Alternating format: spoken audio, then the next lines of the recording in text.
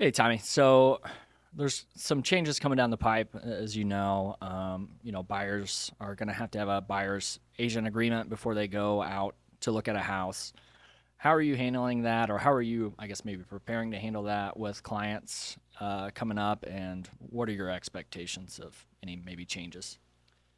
Yeah, from our perspective, we, we were talking before this, our focus as a team has always been on customer service, providing just that exceptional level of service to our clients. So, I guess how the agency agreement presence might change things is just being a little bit more upfront with buyer consultations, and just walking them through, you know, here's our here's the commission rate that we're asking for, whatever that may be.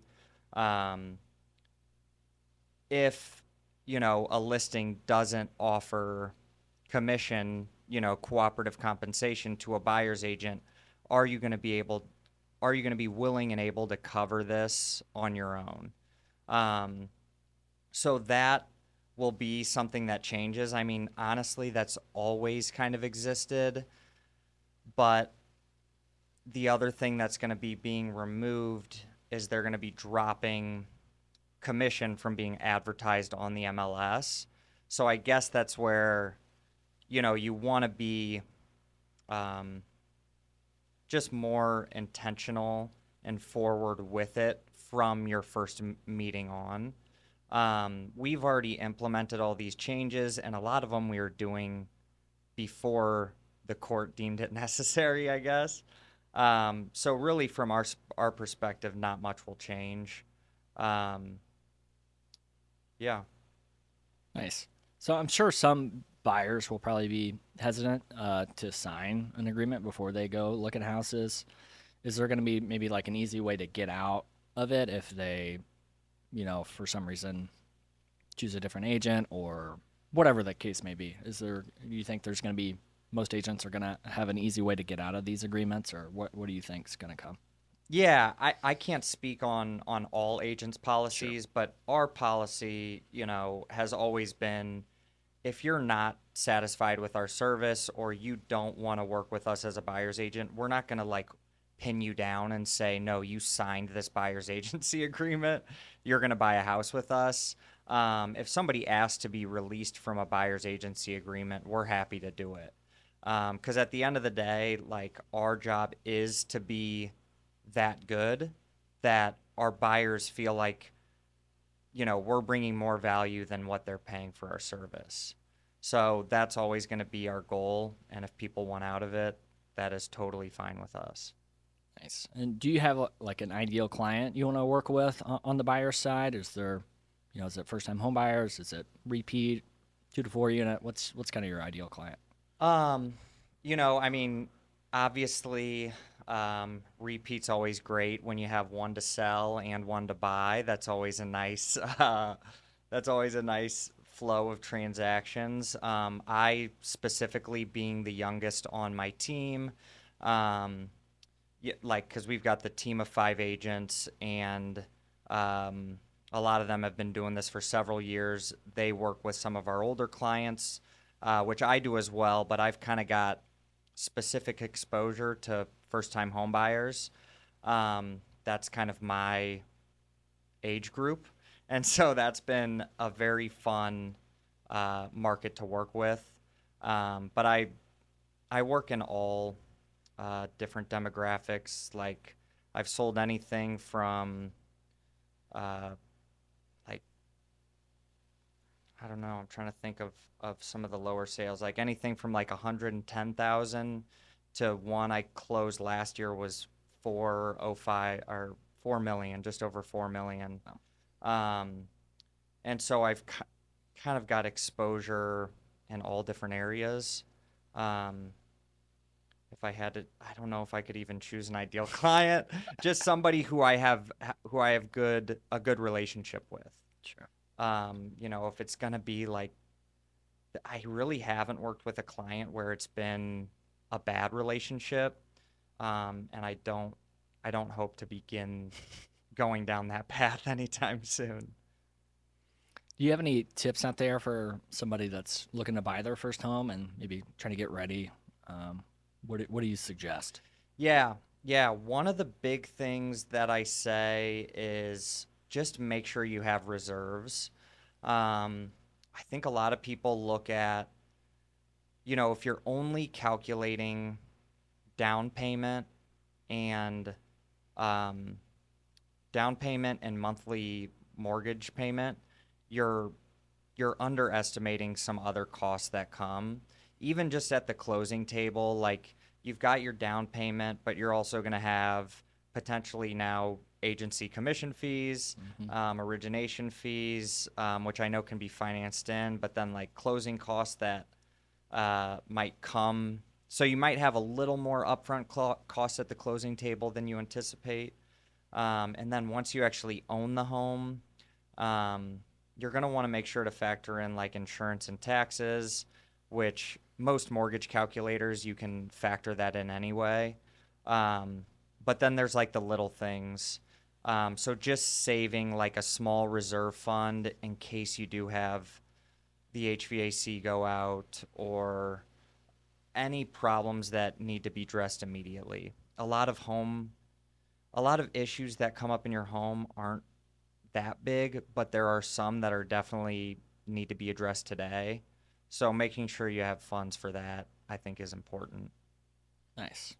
And then are you seeing any opportunities for like either private listings or off market listings? Has that been too common in this market, or what are you seeing out there? Um, this year I've seen a little bit less of it personally. Last year we were seeing a little bit more of that. Um, and I guess it's hard to say what the off-market volume is right now because unless you're involved in the transaction, Mhm. or the agent who's facilitating the deal, um, it's a little harder. Uh, but there's always going to be off-market opportunity. It's just a matter of seeking it out. Yeah. And I will say, like, as you get sometimes in like those $2+ million ranges, it does feel like some of that can be more private. And then as far as like inspections go, are you seeing maybe not even necessarily inspections, but like seller credits? Are you seeing sellers being willing to offer credits towards buyers and maybe, especially now or coming up in the near future, maybe sellers covering for a buyer's agent's commission? Like what do you see there? Yeah, so I at this point we still see a lot of commissions being paid out, obviously. It's been very rare to see non-cooperative compensation. Um, so yeah, we're still seeing that, and as far as I can see, that will probably be pretty common moving forward. Um, but who knows? They're actually adding a new line item to the sale contract itself. So if the listing side is not offering cooperative compensation, you can actually put it's like in the first paragraph of the offer, you can put a buyer's agent commission in one of those lines, and that line is different from like a seller credits for repairs or something like that.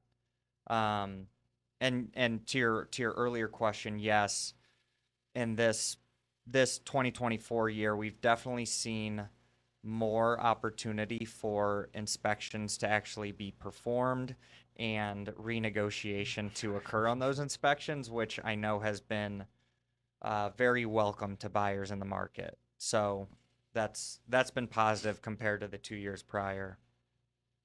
Are you still seeing a lot of appraisal waivers out there, or maybe like appraisal gaps? That's probably not, I'm sure, as common as 2023, but what are you seeing?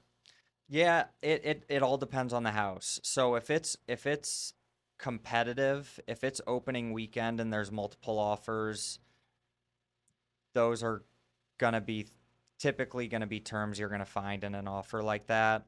But once you get past like that first weekend, things start tightening up a little bit. You get a little more terms on your side as a buyer. As a seller, you might take some concessions. And yeah, you're not going to need to strip the offer clean if it's not a multiple offer situation. Do you have any prediction, and I know it's bad to predict, but on if we're going to see any type of reduction in rates before the end of the year? I would say that before the end of the year, it's going to be pretty hard to predict. Yeah. We are predicting a rate cut by the Federal Reserve coming up pretty quick, but that stuff really gets baked into the market, the mortgage market, pretty quick. So if we know they're going to cut, those get reflected in the rates kind of right away. Yeah. Now, if for some reason they change their mind and they don't decide to cut, we could definitely see an increase in rates. And I think a lot of it too is going to depend on what happens with the election. So, Yeah. kind of a lot of things up in the air. My best guess is we'll probably see a slight decrease by the end of the year, but yeah, it's pretty much impossible to tell. I would I would assume we'll probably looking at next year. It's probably more likely that we'll see a little bit more reduction of rates. With the Fed probably Yeah. most likely continuing to cut rates as inflation comes down. So as long as the Federal Reserve can hit their inflation target, I do think we'll see rates start to come down at that point. So, Yeah. I know because we had was it May or June? Was it this month that we saw like the first negative CPI print? what was it? Was it 2 weeks ago? Yeah. It came in lower than expected. The forecast came in a little bit lower than expected. I believe it was. I'd have to fact check myself, but I think it came in like a tenth lower, which doesn't sound like a lot, but that is quite a bit, and it helped rates. Yeah. So I think inflation right now is kind of hovering around 3% annually, which is pretty good. Fed's target's at 2%. So ideally, we could get down to there, but that's going to be a tough target to hit the 2% rate. So I think they will kind of be happier with 3% range and start to make cuts from there. So Yeah. we'll see. And that's kind of what I've been telling people too, because a lot of people, that's the thing with buyers too. And maybe that's enough. Like a lot of buyers are sitting here like, when's that rate cut gonna come? And I'm like, well, by the end of the year, it if there's a change, it's gonna be so negligible. Like if you plug it into a calculator, what are you gonna have like a $20 difference in that payment? Um, and the thing is, when those rates do drop, if they have a significant or even slight, I feel like it, depending on how the media responds to that cut, it could spark a big flood of buyers to have interest in the market. Um, so right now, while we're actually seeing inventory kind of picking up in certain areas, I feel like, the next 6 months could be a pretty opportunistic time as a buyer, but I guess we'll see. Yeah, those are my thoughts as well. If I was a buyer, I would think about getting in now while the competition's a little bit less, because I think once we do see those rate drops, even if they are small, you will see, an increase of pickup because of the discussion going on, and then you're probably looking at getting back into multiple offer situations, paying above asking, So having a mortgage that's 0.3% or whatever it may be higher, you still are probably going to save on your monthly and then a monthly payment, and then you can refi it later once they do drop a little bit more. Yeah, like So an actual significant amount. yeah, exactly. Because yeah, it's almost like a full point. It takes like almost, depending on what the rate's at, like at this point, it feels like it will take a full point for you to really notice it change much in your day to day, Yeah, in your like budgeted monthly expenses. yeah, absolutely. I mean, generally, if you're looking to refinance, you have to at least get 75 basis points or 0.75% to make it kind of worth it. So, once you hit that range to kind of 1% range, that's when you'll start to notice a little bit bigger difference in your payments and all that, and your affordability, what you can afford as well. So,